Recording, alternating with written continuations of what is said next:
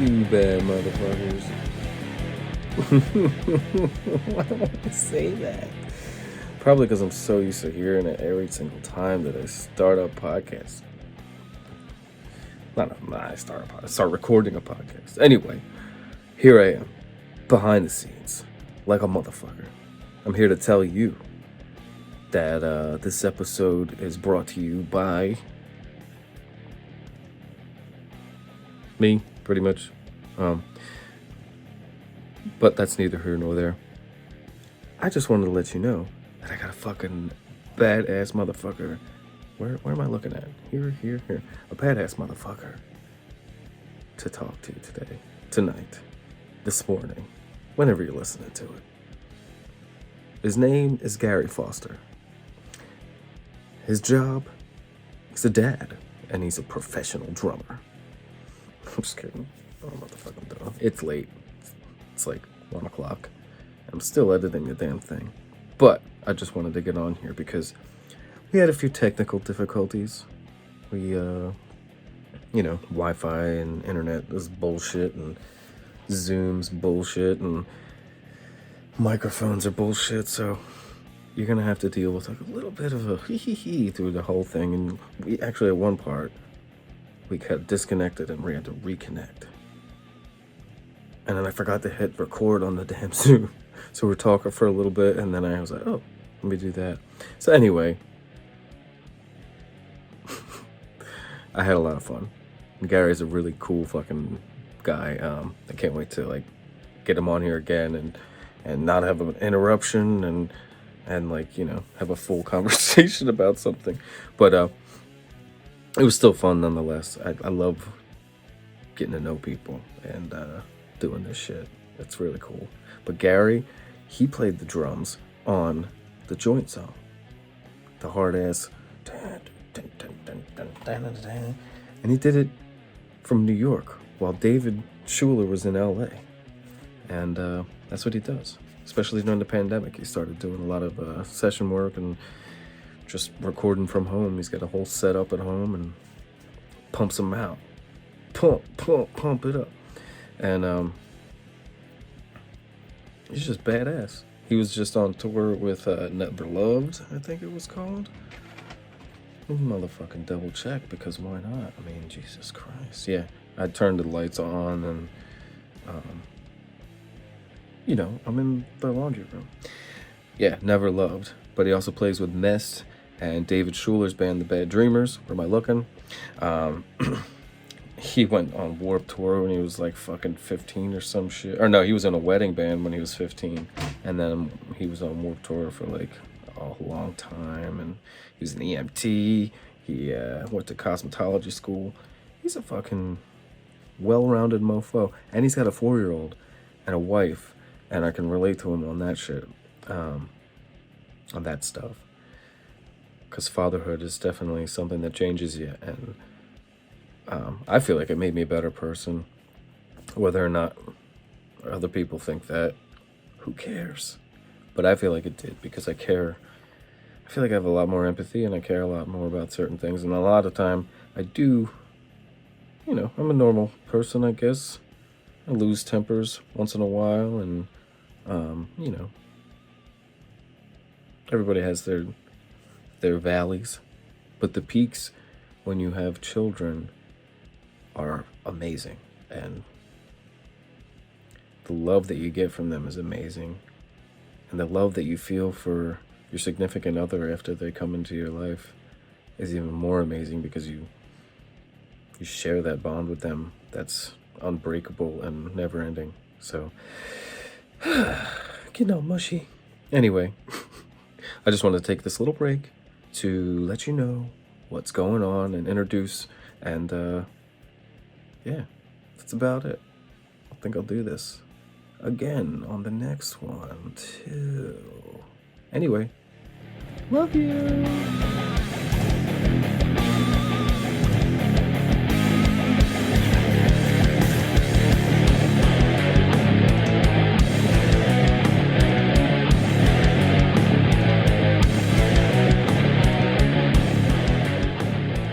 Crystal, are you connected to audio? Chris, Hey, what up? What's up, brother? I don't know. The Zoom said Crystal. How you doing? Oh, that's weird. I don't know. Gary Francis Foster, and it came up as Crystal. What the hell's that about? It's my wife's name. I don't Oh, know. Maybe she maybe she had a could have Zoom been. account She on uses there. my laptop sometimes. Who knows? How you been, man? I'm good. I'm recovering still. I got home Monday from tour, so it was in like the last like 3 or 4 days of that tour were insane. So Yeah, lots of I recovering. saw some of the videos and shit. I was waiting for that photo drop that you were gonna do today, apparently. Oh yeah, no, I was getting them all together, and then I didn't have time. My son was crazy, and we ended up a lot of catching up to do. You know. Yeah. Oh, I feel you, man. Shit. What? How many days have you been Yeah. back? Just the one? Yeah. I just got back on like Monday morning. Damn. Wow. And you're already on this fucking thing, chatting it up. Ready to go. It Yeah.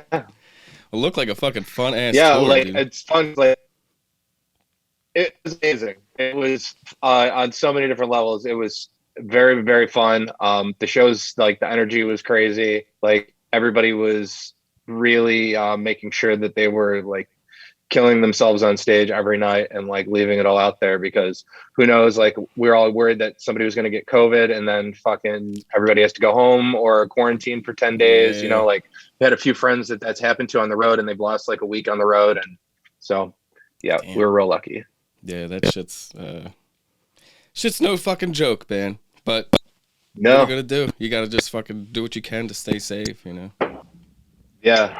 Yeah. While I you're was, out well, I was there. listening to that pod you did with Cassius, and talking about, you know, being back out on and touring, like versus not, you know, and staying home, being safe. And like the first day of this tour, which started all the way back in the very beginning of September, the first show was in Detroit, and I'm sitting backstage, like warming up, and I get a phone call from one of my good buddies who's in another band who just played in New York a few days prior. And he's like, dude, we just played this show.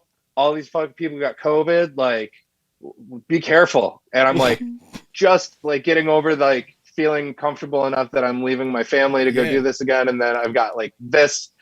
And then I walk out to like a packed room with nobody's masked. And it's just like packed asses to elbows and everything. But like all the shows, I think with the exception of like maybe one or two, everybody had to be vaccinated or show proof of a negative COVID test, and everything was fine, no issues.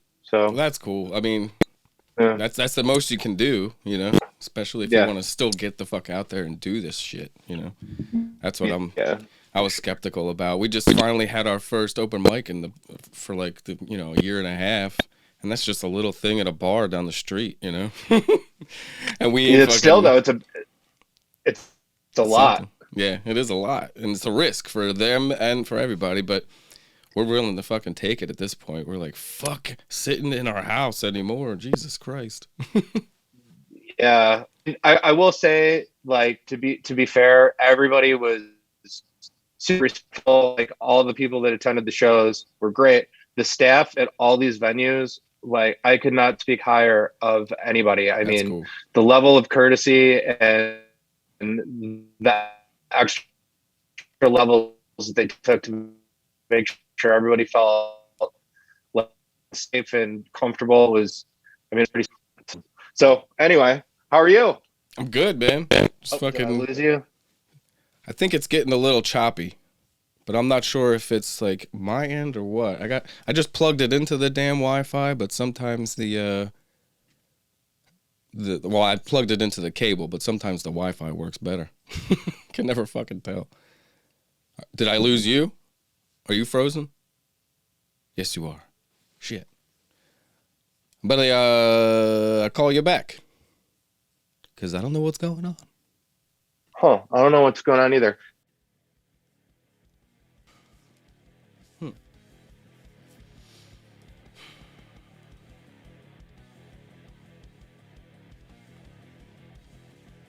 I'm just gonna leave it. Keep recording.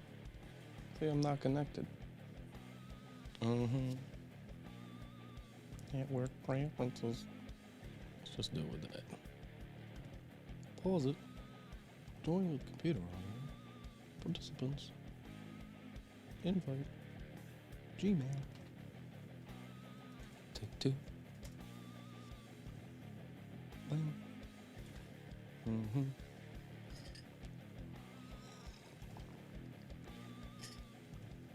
Yeah.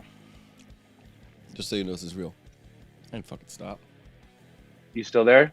Yeah, I'm still here. I think that my damn video was still paused from a while ago. We'll just keep talking. It'll be a long. Okay. I mean, if you got the time. If not, it's all good. I'll ramble on that. I got nothing going on. Well, you know, long story short, David and I have known each other for a very long time.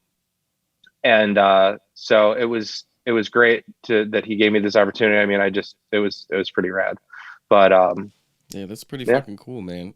And I don't know how the hell he got hooked up with Joey, but the fact that like you listened to him for so long and then all of a sudden like, bam, yo, let's play this fucking song. Yeah.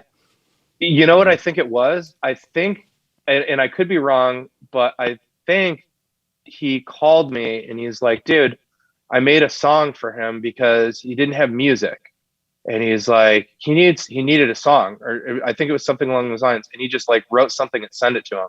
Kind of like what you were doing, where you're just like making content and like, here, like just fucking like do me a solid and check this out, and maybe you'll use it, maybe you won't, whatever. But and I think that's how it worked out. That's probably how he got the church song, and then he kept in he contact with did the him church for other song, shit. and then after he did the church song, they started talking, and then David did the church. I think he did like one of the very last episodes. Yeah, I think he it was did. like the second or third to last episode. The mask on, it was a bandana mask or some shit. I remember that. Yeah. Oh man, I was jealous about that. I didn't even want to listen to that podcast when it came out. I was like, that motherfucker. Like that always happens. Like, yeah, anytime I see something like really awesome happen to my good friends that I like love, I'm like curse them out so bad because I'm so happy for them and I'm so jealous at the same time. I mean, it's all good. Like, and the fact that it came around and I was able to do this was like, that was icing on the cake for me. But I was very excited to just have, you know, one of my friends do this. You know, it was cool. So fuck yeah, man. I was listening to the first band, what is it? The Star Streak? The Sunstreak, the boy band. Yeah, the boy band. It's not bad, dude. It was like an album on iTunes still from 2009. So I watched the video and shit.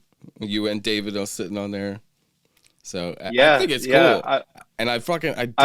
I dig your drum, because I've listened to a bunch of different bands that you've played with now, and just like you have a drum style. You know what I mean? And your sound. Oh, thank you. You definitely have that. And I'm a fucking fan of it, dude. Because that I really appreciate it. Rocks the fuck out. I tried to learn it myself. I couldn't. I tried to learn it by ear, but I was like jamming with it a couple times, and it's like, fuck, man. I gotta get back into fucking jamming rock music again, man. I've been playing like acoustic That's the way to guitar. go. You know, acoustic's nice, but it's limiting, and it's like not very. You can't like do it with that many other people, I guess. You know, like especially a drummer. Yeah. You could, but you don't want to end up sounding like fucking Days of the New or like Alice in Chains. Well, Unplugged.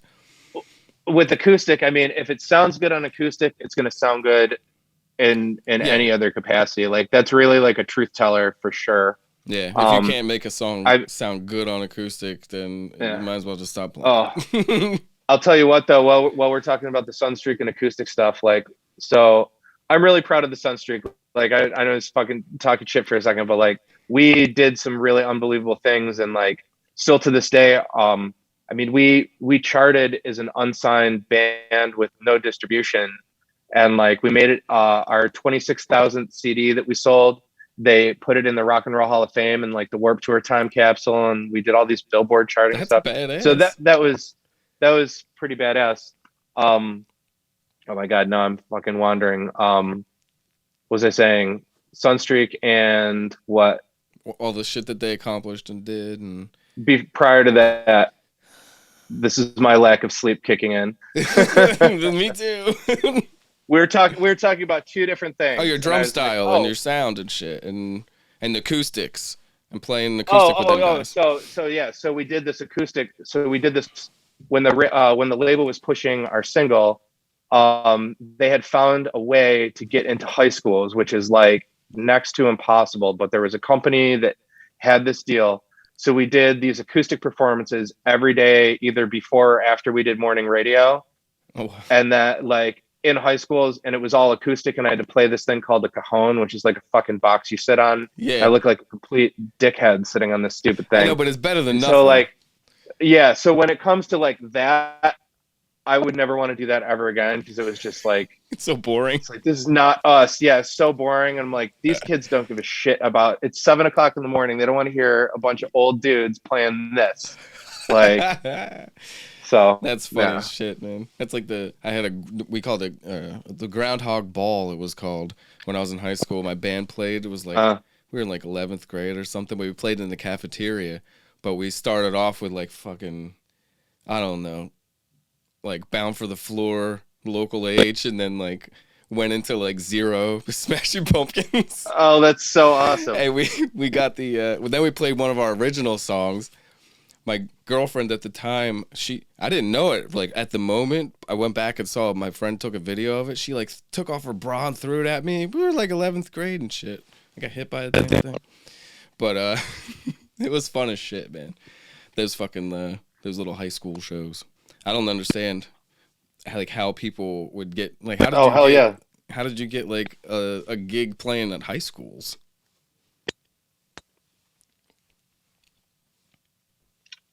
When we were in the band. Yeah. You mean for like the Sunstreak? Yeah, when you were playing acoustic at high schools. How the hell did those gigs start?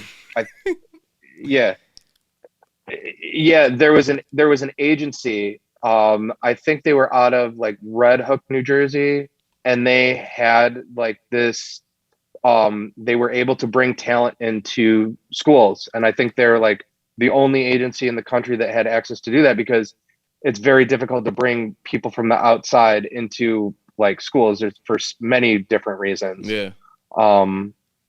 So we were able to do that, and we were able to sell our music in there too at the same time. Damn. Wow, that's pretty fucking cool. And it was legal. It was SoundScan, so it was like it was legit, and it was pretty wild. At that same time, we were also doing like Tiger Beat magazine and like all the teeny bopper magazines. Like, so like I remember one, maybe it was like J14 or something, our singer, or Cosmo Girl, and our singer was on the cover with like all the people from Twilight, and it was like when Twilight was a big thing, and I was like, oh my god.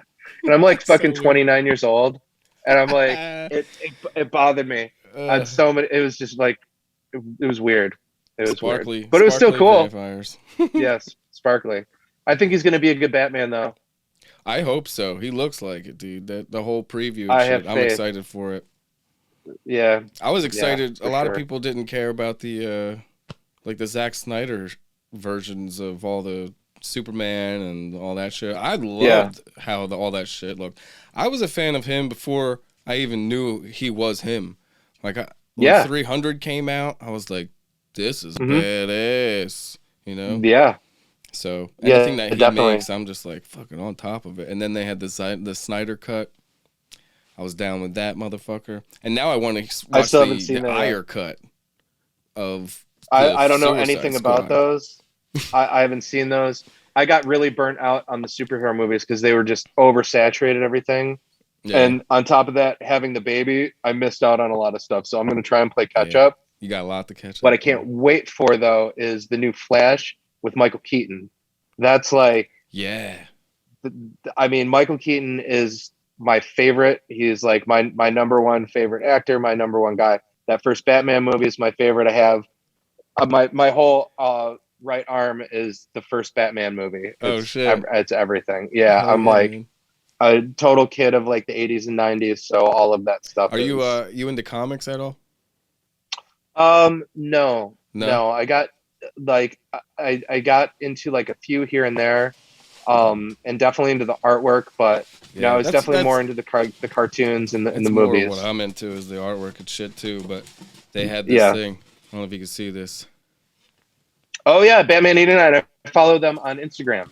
Dude, they're only at the like number 4 or 5 or something, but it's pretty fucking rad. They're doing the Superman 78 too, and it's like sick. Straight after like the first Superman movie, and then they bring Brainiac in. I loved all that shit. So, but they use like Michael Keaton's likeness for the comic in that Batman 89. So it's like, I'm so cool, happy man. to hear that. Yeah, like I have like all of my stuff too. I collect toys, and like I have all of my stuff from my childhood, and then the stuff that I either lost or never got as a kid, like I'll find it on eBay or Etsy or something, and like get it together. And now my kid's into all that. Like right now, Ghostbusters is everything. Yeah. That's what's up. And they released like all the toys from the 80s again, and like the same packaging and stuff. And then when we had a mess show a couple weeks ago in LA, and my family flew out for the show, and we went to the premiere of Ghostbusters like 2 days before the show. So we took all the kids, and we made it all the way up until about the last 20 minutes of the movie. And my wife and him like took a break because I don't know if you saw it yet. It's okay. I won't ruin anything. I ugly cried twice. Like really? It was everything I wanted it to be. I was like, I was a little worried, and then like just with everybody that's a part of it and like the names attached to it, they really did a really awesome job. That's cool. The kids, like the cat, whoever cast that movie, fucking needs to win some big awards because they really nailed it. That's great. So I'm looking forward to seeing it. I haven't seen it yet though. But I don't think my son. Yeah. We were just actually talking about bringing my 4-year-old to a movie because in that Bluey show they like do a whole bunch of kids with the mom and the parents. So he's like, I want to go to that movie theater, the one in the fucking show. Yeah. And he's like, oh, okay. I was like, do you really think you can sit there for 2 hours and not have to leave and be quiet? Yeah. Like, it depends on the fucking movie, I guess. We took him to see Paw Patrol when that came out, and then he just saw this one, and that's it, because everything is like, all the numbers are blowing up, I guess, in New York again. So they're shutting everything, or they're mandating all this bullshit again, and just, I don't know what's going on. So yeah, you can't really. I can't keep heard track of everything. You can't bring them out unless you have a card or something or proof. You know. Yeah. Well, I mean, when I was in New York, like New York City, they wouldn't let you in anywhere. Like you couldn't walk in anywhere without your ID and proof of vaccine. And I'm like, this is going to make it very difficult for people. Like, fuck, that's shit. That's rough. I know. I have my thing in my wallet, like the little card, but like, are they going to want like the booster shot proof too? Or, you know, is it just the vaccine? Like, let's make up our mind here, you know? I'm like, what the fuck? I hope it's not bad. I was just listening to one of the last Rogan episodes with that Dr. McCullough or whatever the fuck. He went over some shit about COVID, and I didn't really know. Like, did you know like 18,000 people died after they took the vaccines? No, I like all of that stuff. I've like really had to take a step back from a lot of podcasts and like a lot of content because of like the pandemic and a lot of like the PTSD that I have from like being in EMS for so long and stuff. Like, I bet, man. It like a lot of that stuff just gets me like riled up, and so I'm like, I would rather just take a break and like I'll obviously like we'll read up on anything with vaccines if it's going to my body. I want to know about it, but also like I've already got it in my system. Like we were some of the first people to get it in New York. We got it in January. And I was like a big advocate for getting it right away so that other people could see like, hey, it's safe. It's fine. I didn't have any issues with it. Like I didn't have any side effects at all. My wife was the opposite. She got hit pretty hard with it. I had friends that got knocked out with it really bad. And, you know, I don't know, like the heart stuff, like the myocarditis stuff definitely makes me nervous. Yeah. You know, and in my history of and my knowledge of cardiology, I get in my head really easy. Like when I was in EMS, if something happened or I was feeling a certain way, I would start going down those paths, like, and medically assess myself and get myself all worked up. And so when I hear stuff like that, especially late at night, if I'm on Twitter, which is the dumbest fucking thing you could do is, oh, let's try and go to sleep. And like, I'll hop on Twitter for a second. Oh, here's fucking 5 panic attacks waiting for me right here. Yeah, So it's I all good. like, yeah. So I like really try and limit myself, and I'm very close with a couple of physicians still, and I ask them questions. I'm very good friends with my primary care doctor, and I ask him questions if I have them, and go along that route before I get like all fired up on clips. Because Yeah, I know, man. but I mean, good for Joe Rogan and what he's doing, and like just like bringing anybody with a platform and giving people a shot. Like that's pretty cool. Yeah, and And Spotify for I didn't letting mean to cut you happening. off. Like, okay, so terrify me. What was he fucking saying? So you said 18,000 people died. All right, let's just get it out there. Well, I'm already it thinking was about it. just well, first of all, if you get COVID once, you can't get it twice, he said. Or if you can, it's like one in a billion like chance that you actually do get it twice. Some people get like some symptoms again, but it's not actually COVID. Once you get it, you're done, then you're not gonna like die Yeah. from it. And then he said, I mean, it was a whole 3 hour podcast, but Yeah. most of the people that passed when they got the vaccine, it was like within a couple days, and it was heart related. So it was like, Yeah. for me, I'm always constantly. I don't know. I'm probably not as bad as like when you get it, but like I get in my head too, dude, and I fucking feel like I could feel my heart beating in my ear sometimes when Yeah. I'm like laying Oh, down. yeah. I'm like, fuck, man. And it don't help that I smoke as much as I do or take these fucking edibles, but what you Yeah, gonna do? well, yeah, I can't do edibles. I might as well like just like like block the rest of my week off. Like, nope, Yeah. don't. I can't. No, thank you. That's how it was at first, but then it started. Now I just got to block the next morning off. That's about it. Yeah, yeah. But, It just gets worse. But I the heart stuff bothers me because like like at my like heaviest when I was on those blood pressure meds, I was drinking too. Just like socially, but then like a little bit more than socially. And I noticed that when I was drinking on the blood pressure medications, I was having arrhythmias and I was having some abnormalities that because you shouldn't be drinking on blood pressure meds to begin with. And so I literally like got home from work where I have a cardiac monitor with me all day long. And I get home, I'm like, I should have just checked myself on the monitor. And I woke up in the middle of the night and I'm like, I think I'm having a heart attack. This is not good. And so I didn't call 911. I just called my job and I was like, whoever is close to me that's got a monitor, like come to my house.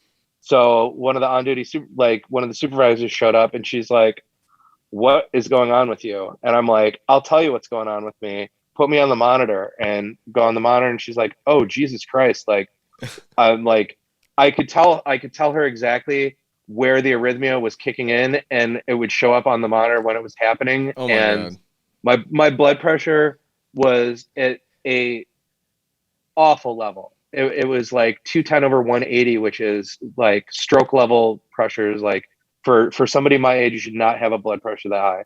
Yeah. And I was in I like went to the emergency department.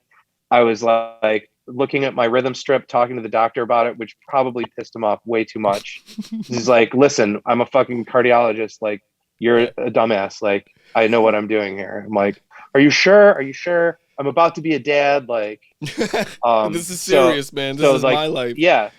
Fuck. Yeah. And like myocarditis, like those symptoms do like dissolve and like that does happen. But the thing that scares me is hearing about it in like the little kids. Yeah. And like, that's what worries about with me. Like I have a 4-year-old and like these 5-year-old kids, Are starting to I'm get it. hearing that. Yeah. No, I have not read studies. This is like hearsay, but so I definitely don't want to speak about anything that I'm not educated on. But that's scary to worry about like young children, putting stress, undue stress on their heart. Yeah, man. Let That's alone my fucking old scary. ass that abused fucking. I've done enough shit to my heart with like enough things back in the day. If you know what I'm saying, Yeah. So Exactly, like, dude. And I really I haven't. I don't don't need think to make it besides any worse. smoking. For me, I think Yeah. just that's the most thing that I've fucked with my heart with. But still, I'm scared as a Yeah. motherfucker, man. I feel like maybe is it like kind of a form of hypochondriac or something like that, where you like think you're fucking sick all the time. Um, Like when you I'm get like in your head sorry, and you shit. cut out for 1 second. Oh Yeah, yeah, it's you're like frozen. getting about something, you're like kind of manifesting it. Yeah. Mm-hmm. Yeah, so yeah, like hypochondriac, where you're like, oh man, I think I got a toothache. Oh man, maybe this is this now. Oh, what if I have cancer? Now I have a brain tumor, and like, just really like everything is bad all the time. Yep. Yeah, Yeah, that's me, man. I can't fucking fuck with that shit. And I have to take a break from a lot of social media when this shit started, dude.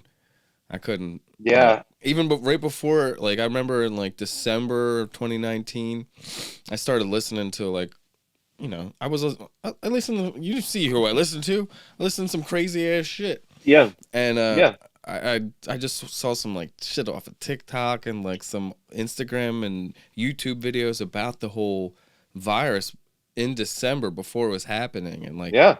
people were scared over there like crazy. And then I just remember, fuck man, is this gonna happen here? And then Friday the 13th was my last day of I work. remember, I remember being on tour, and I was listening to the news because like you're in a bubble on tour. You don't have fucking any idea what is going on, which is pretty cool. Yeah. But they were talking about how some like Harvard professor got caught at Logan Airport with like a Chinese national, and like all this stuff about a virus.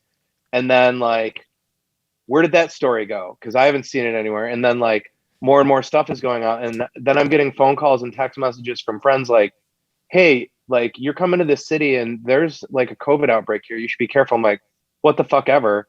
Like we were on tour all the way through like the end of February 2020, and playing in all the cities. Like we're in San Diego, San Francisco, or I'm sorry, San Diego, Portland, Seattle, like all the spots where it was all coming in at first, or where they were starting to see cases, Yeah. and nothing was going on. So it was weird that like it had already been here, and we were just out and about, fucking whatever. Out in the boot. Just fucking doing our thing, Yep. man. Until they finally told us, go home and stay there. Yeah. Yeah. Forever. Oh my God. Jesus. I remember I got sent home with the computer that I was working with at this law firm that I was working at. And I still have the monitor. I use that like as my fucking monitor now because I just have a laptop. But they were like, yeah, you can work from home. And I'd work from home for a week. And then they were like, well, we're getting rid of a bunch of people because we ain't continuing this shit for forever. Yeah. But it was fine. Like I was fine with collecting unemployment. It was really kind of nice to be like not having to get up every fucking morning, man. I remember me and my friend at work, like every day we were just talking about like not having to fucking do this anymore. Like we were working at that kind of shit for like the last 20 years. And, I was just making posters and doing crap for them like on the side while I was in the bathroom at this place. Yeah. So I was just waiting to get the fuck out of there. And then this shit happened and I was like, I mean, it's a pandemic. What the fuck? But like, it's kind of like we're going to get to stay home with our family and shit. As long as we still get paid and still get food, I'm cool. Yeah. Yeah, absolutely. Like, I think that it really opened up a lot of people's eyes, and like really people really got to take a step back and realize like what's actually important versus what they thought was important before, and what the priorities are. For me, it was great because I'm gone all the time, and like when I'm home from being on tour or whatever, I don't go anywhere. I don't do anything. I have a very small handful of friends that I stay in touch with in town, but that's it. Like I don't drink, I don't go to bars, I don't go out at night. I'm a dad at home, a dad and husband. So this was like I'm completely in my element, and it was I felt very comfortable. I didn't feel like I was stuck at home or like I was in prison. I know a lot of people got like cabin fever, which is understandable. I mean, I get seasonal depression, and like being in Western New York, I'm sure too, like it's depressing. It's dark as shit here. Yeah. Like we had no sun, like 6 months out of the year on top of that, like being stuck inside. And like, I'm just so grateful that my kid was young enough that like he has no real recollection of Yeah. anything being stressful or weird, and just like, oh, we just got to hang out and play every day and like do stuff. Yeah, that's Um, what I was worried about, man. Just when it first started, and then within the first couple months, like, how long is this gonna fucking last? I hope he doesn't and keep I on mean, growing up, and it's just gonna be like this for him, you know. So it I was know. good. It was good when shit started getting back to kind of normal. He went to preschool. Your son he's in preschool and shit, regular school. Yeah, he's in pre-K now. We kept him, so he was in daycare because my wife's a therapist. She's got her own private practice, so she's got crazy hours, and I'm with traveling in my hours at home.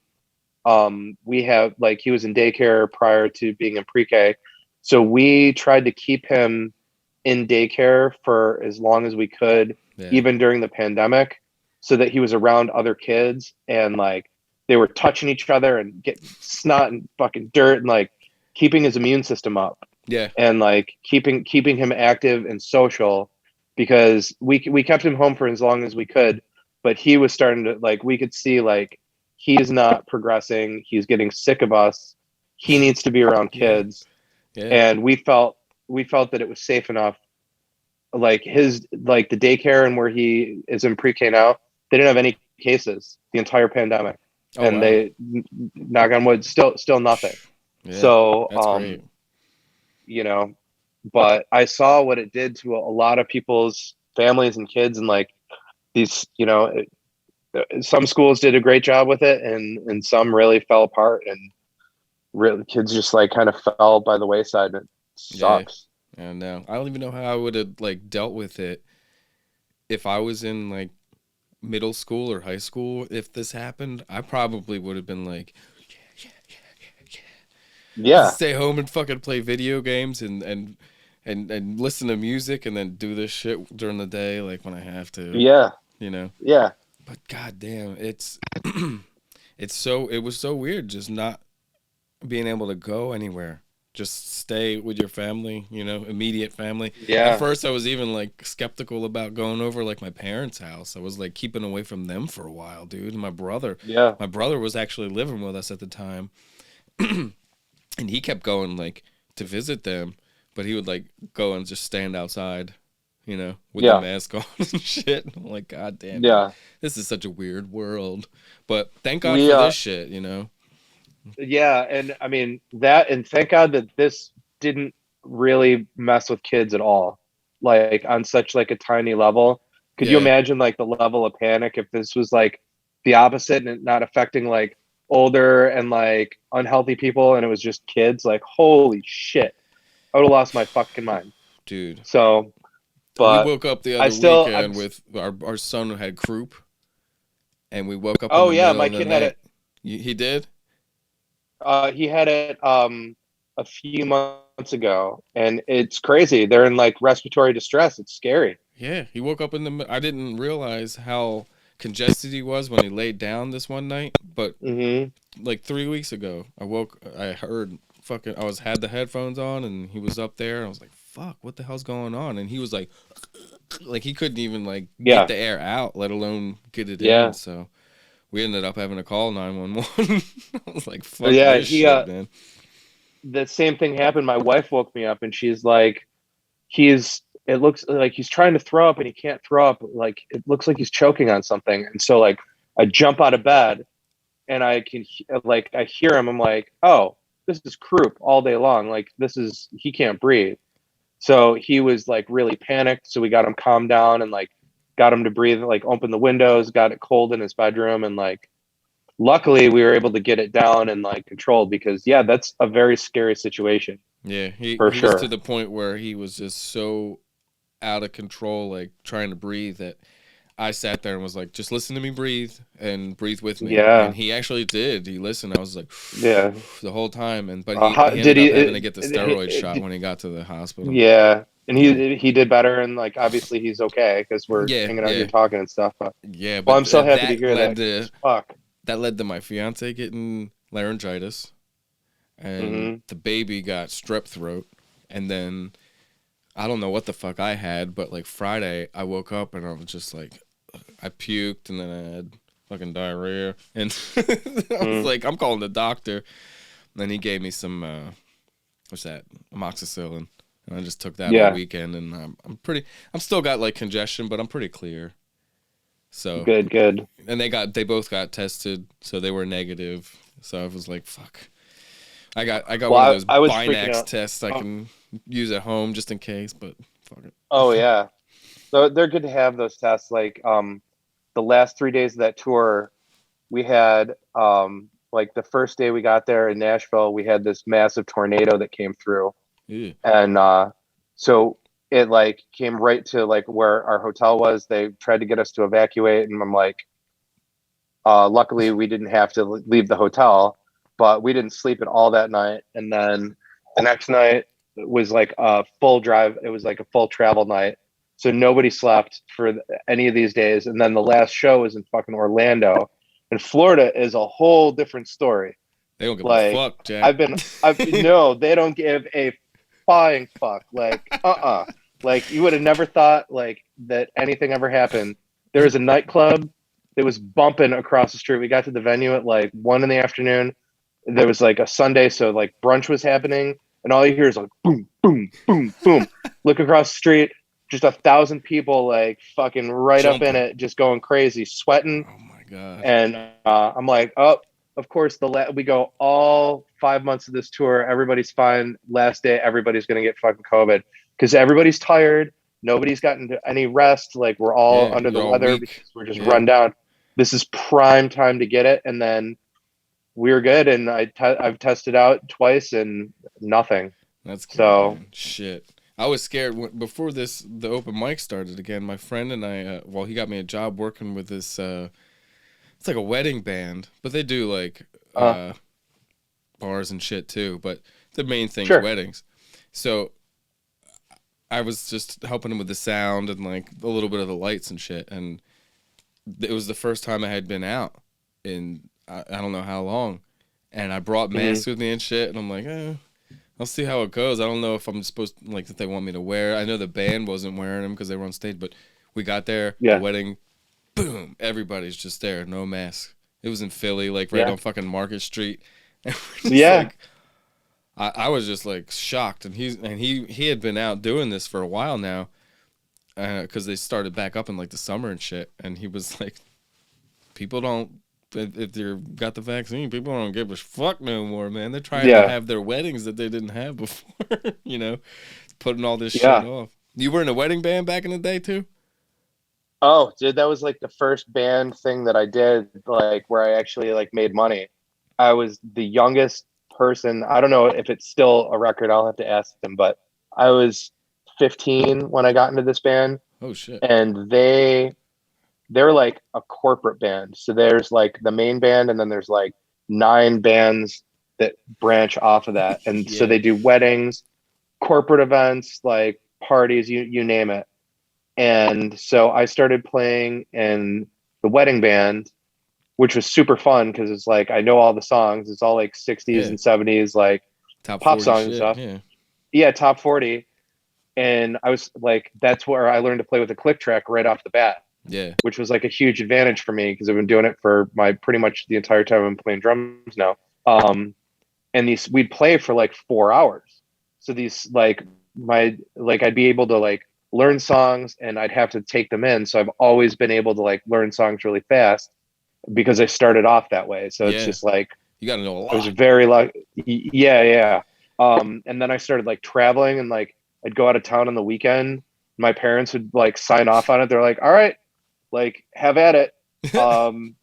Like be responsible. Damn. And because like the school that I went to this like all guys Jesuit high school, and there's no music program. There is one now, and I guess it's pretty good, but there's no music program. Music was not encouraged.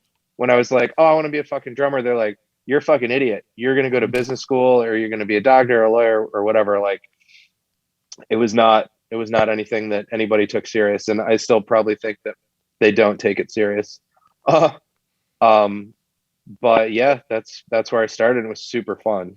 Hell yeah, I was actually thinking about picking that up this winter. I'm like, I'm not taking any tours. Like, I wonder if I could fill in and play a couple of weddings. That might be kind of fun. Why not? If you Um, still know them people, hit them up. yeah.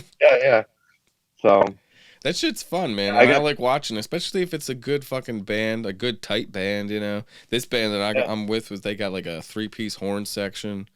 So it's like, I Playing love with that. horns, like playing with real horns, is fucking awesome. Yeah. It's really cool. Yeah. The one Yeah. dude actually tours with fucking John Legend. So he goes on tour with John Legend Oh, playing no like kidding. trombone or something like that. I think it's trombone. Or, yeah, trombone. The big ass, the longer one. And Yeah.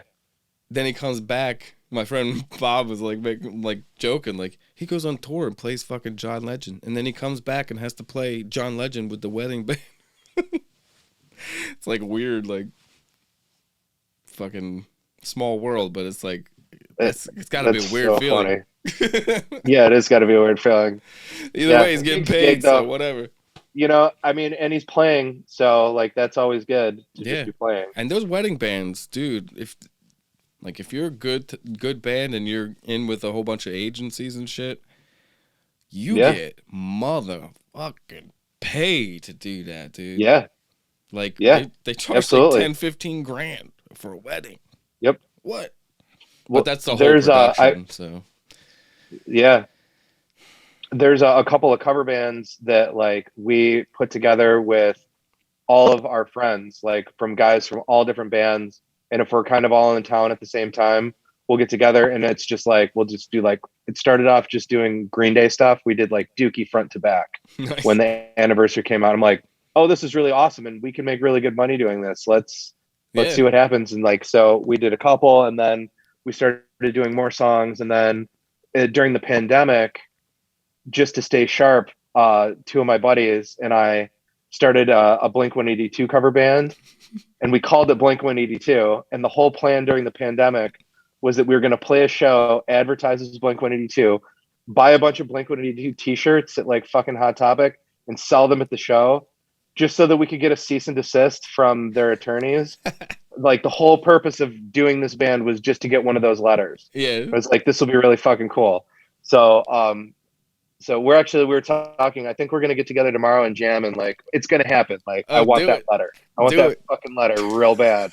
So fuck it, man. Well, and whatever money we make if we do the show, whatever money we make, we'll donate it to like Mark Hoppus's Cancer Foundation or anything that he's affiliated with. Tom DeLonge's freaking Alien Fund or whatever, you know. Yeah, whatever. Fucking crazy. I love that he's into that shit, but it's like I do too. What? I do too. I love that, like a lot of the stuff where he seemed like really off. I'm like, man, this is wild. I'm like, holy shit, he was right. God damn it.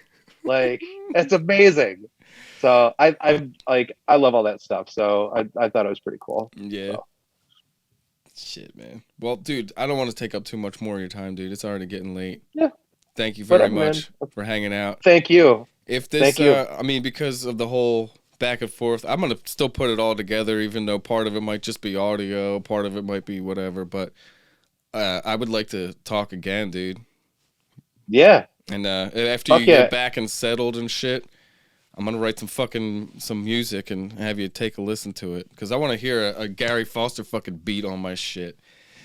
I will do it in a heartbeat. I would love to do that. You send me stuff, I will do it right away. I'm definitely down to pay too, because I don't know what the prices are and shit, but dude, it is fucking worth it to have like a solid drummer play with you at all in any capacity, to record or just to jam with. You know, it's just a fucking great feeling to like actually do. It's the most important thing as a drummer. Being able to like sit and play and just make it comfortable for everybody else is huge. You can be as flashy as fuck and like all over the place and wild, but like if you're hard to play with, like I try and make it really easy to just like get comfortable, sit down and play. It's so funny watching some of these guys like in the local scene. They've been playing like cover bands for so long, and like they're out there just to like do the flashy thing. Yeah. And they're like, dude, what about the rest of the band? You got to kind of like, you know, play together a little bit. Yeah. Oh man, I'm going to send you, there's a dude from New York City that I like fangirl over so bad. I'll send you like a link on his Instagram. because he's like, I think he's like 19 or 20 years old, and hands down, like in my opinion, like the best living drummer around, like the best Yeah. living drummer, hands Wow. down. But yeah, it's so funny. Like there's, especially after being on Instagram for a while, like there's just so many people out there that are so fucking talented, and it's like, Just the and they're nice. On top of that, you're like, oh, you're good at this, and you're you're fucking good piece of looking shit. and you're You nice. talented piece of shit. Like that little chick that plays with fucking Foo Fighters all the time now, Nandy. Oh, don't even get me started on Dave Grohl. Like, oh, I'm so jealous that she got to, like, good for her. Like, Yeah, God but bless him and for like taking that whole thing on. Like, that's so awesome if they did that. But I want to meet Dave Grohl. Oh, I know, man. I was so cool. Like when Chris think was I lost on. Oh, you again. paused again. all right. I think sometimes I just have to like touch Yeah. the computer or some shit and it starts working again. I don't know Yeah. what it's about. There we go. There we go. All right, we're good. But yeah, I when Joey had Chris Shiflett on the church that one time, Yeah. I was like, so I back then they didn't. I mean, they still never did, but they wouldn't tell me like if who was gonna be on. So like whenever I made a poster for an episode of the podcast, it was always like I was listening to it live that night and I was making it, or I listened to it early that next morning and made it. So I was like, fuck, man, I can't wait to make. I forget what the fuck I did with him, but. I was just so excited that, oh my God, he's got a fucking Foo Fighter in the fucking studio. And then I bought him that guitar too, the Chris Shiflett Telecaster or whatever the fuck. It's a pretty good guitar. He is such a nice guy. There's one summer on Warped Tour where he plays in Me First in the Gimme Gimmes, or at least that time he was out with them. And so I was like, oh my God, Chris Shiflett's on, and the Germs were out for select dates. So Pat Smear came out and did a couple shows. And Nirvana's my favorite band. I have multiple Nirvana tattoos. I have a huge Nirvana collection of shit. And Dave Grohl is the be all end all everything for me. Yeah. So like I followed that motherfucker around all summer long, like just kind of watching and just like watching him play and just like that's Shiflett for the Foo Fighter. And just like I never like stalked him or anything. It was just like, that's really fucking cool. Anytime I walk by, I'm like, oh, that motherfucker plays with Dave Grohl. What a gig. Yeah. I know somebody that knows Dave Grohl. Oh, well, I literally just had this conversation because I have so many friends that have met him over the years, and they all tell me that he is the best, nicest, greatest person they've ever fucking run into. That's like on that level of fame that is they're just everything that you'd want them to be. And I just like, I'm trying to get in my head, like, where can I bump into this guy? Like, how is this like, I got to meet him. I got to meet him. Making some barbecue like you guys used to do. Yeah, right? He fucking cooks barbecue for the people and shit. That's so awesome. Yeah, I forget what we were talking about, but Joey was like, yeah, Dave, he was talking about Foo Fighters, whatever. He's like, but that motherfucker needs to give it a break. He's fucking everywhere. Now he's writing a book. What the fuck? Oh, but yeah, I want to read the book actually because I heard that it's got the story of Nirvana and shit, like the beginning or his beginning. Yeah, I was one chapter in, and then I forgot to throw it in my backpack to bring it on the road with me. And I'm gonna read it this week though because I bumped into a very good friend of mine in Nashville who's going to be in Rochester during the holiday, and he's like, dude, we got to talk about this book, so you got to fucking finish reading it. So yeah. I'm going to read it and do that. I wonder if he did the audio book like himself. He did. He did? He did do it. What a bastard. So I've thought about on a getting tour. it so I can listen to it, but I want to read it. But yeah, I've seen them 17 times. I mean, they're the best. Did you ever get to see Nirvana, or were you too young? Oh, no. When I was 7th grade. Oh, you did see Nirvana? In Utero tour, yeah. You bastard. I wish. Holy shit. That's so cool, man. Where at? Like in New York? Buffalo. Yeah. Damn. That was like right at the end, right? Like 93, it was right at 94. The end. 93. Yeah. Fucking. I've been back into those. We listened to like the mixes, like we just listened to the oh my God. The Butch Vig mix of Nevermind and like listening to the differences between his mix and the original mix, and like the fucking drums. I mean, you could tell a drummer mixed the record because the drums are way bigger and way more present and forward. And as much as I liked it, like I actually like the original mix better, but that fucking band, that's where I got so started special. too, man. I actually just changed out of my Nirvana shirt under here. I feel like I talk about them too much. My friend was like, yo, you should start like because I always, like, whenever we play the open mic, I'm always playing like a Nirvana song or like Alice in Chains or something, because that's my fucking shit, was like that era, Me too. that style. Yep, me too. And I like it a little harder too. Like if I can get somebody to play that kind of music with a little like Deftones, Incubus, like early Incubus kind of thing to it, it would be so rad. But like White Pony and Make Yourself. Yes. Like, and maybe Science. Science like, is all my that shit. stuff. Yeah. I mean, I feel like Science and Make Yourself were like two different bands almost, right? But they were the same dudes. Every record that Incubus put out is like a completely different band. Yeah. Well, like, Fungus from Among like Us Science. and Science. Yeah, are close, Fungus. But and then Morning View, that was out right after Make Yourself, right? Yeah. And that was like a whole different adventure. But that was the last one with that bass player, Dirk. Yeah. Dirk Diggler or whatever the fuck. Dirk Vance. And then, I mean, fucking White Pony and like Adrenaline, Around the Fur. I mean, that shit Abe Cunningham gets me pumped. Abe Cunningham is such a good drummer. And those bands, fucking, I can't listen to them for too long though. They're exhausting. Like emotionally, they just drain me. Or like listening to Tool, like all those bands, like they just take so much energy out of you. I had a real crazy experience like tripping when I was a kid with White Pony, and like I was in my basement and I couldn't find the light switch, and the only light that was on was like this green light on a fucking power strip, and it started moving around, and Knife Party was on. I had it like blasting, and next thing you know, like I felt like I was in the basement in Silence of the Lambs, and Buffalo Bill was wearing those fucking night vision goggles, like moving around. No thanks. So like for the longest time, I couldn't listen to that record, but oh man. I think the only time I had like a weird trippy song, because I remember doing mushrooms one time and I kept listening to Sublime 40 Ounces to Freedom, that one song, the cover of the Grateful Dead song that they do, Scarlet Begonias. Oh my god, yeah. Dude, I was fucking gone. I was sitting there, we had a poster of Starry Night on our wall above our bed. It was just a poster, obviously, but I was like standing up against the wall, like looking at all close. I was like thinking to myself, I need to make a real version of this. Like, see it how I'm seeing it now, but not on acid. You know? Never got to do it, but I wish you could take screenshots someday. What? Very, very soon, I think that we're going to be able to, dude. Elon Musk is fucking working on it, I think.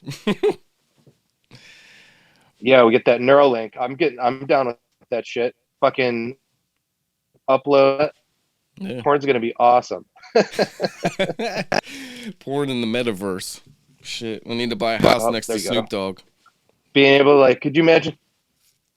Yeah, could you imagine, like, I want to learn how to play an instrument and just like upload all that stuff with that Neuralink or however that thing's gonna work? It's gonna be so awesome. The Matrix is coming to life, bro.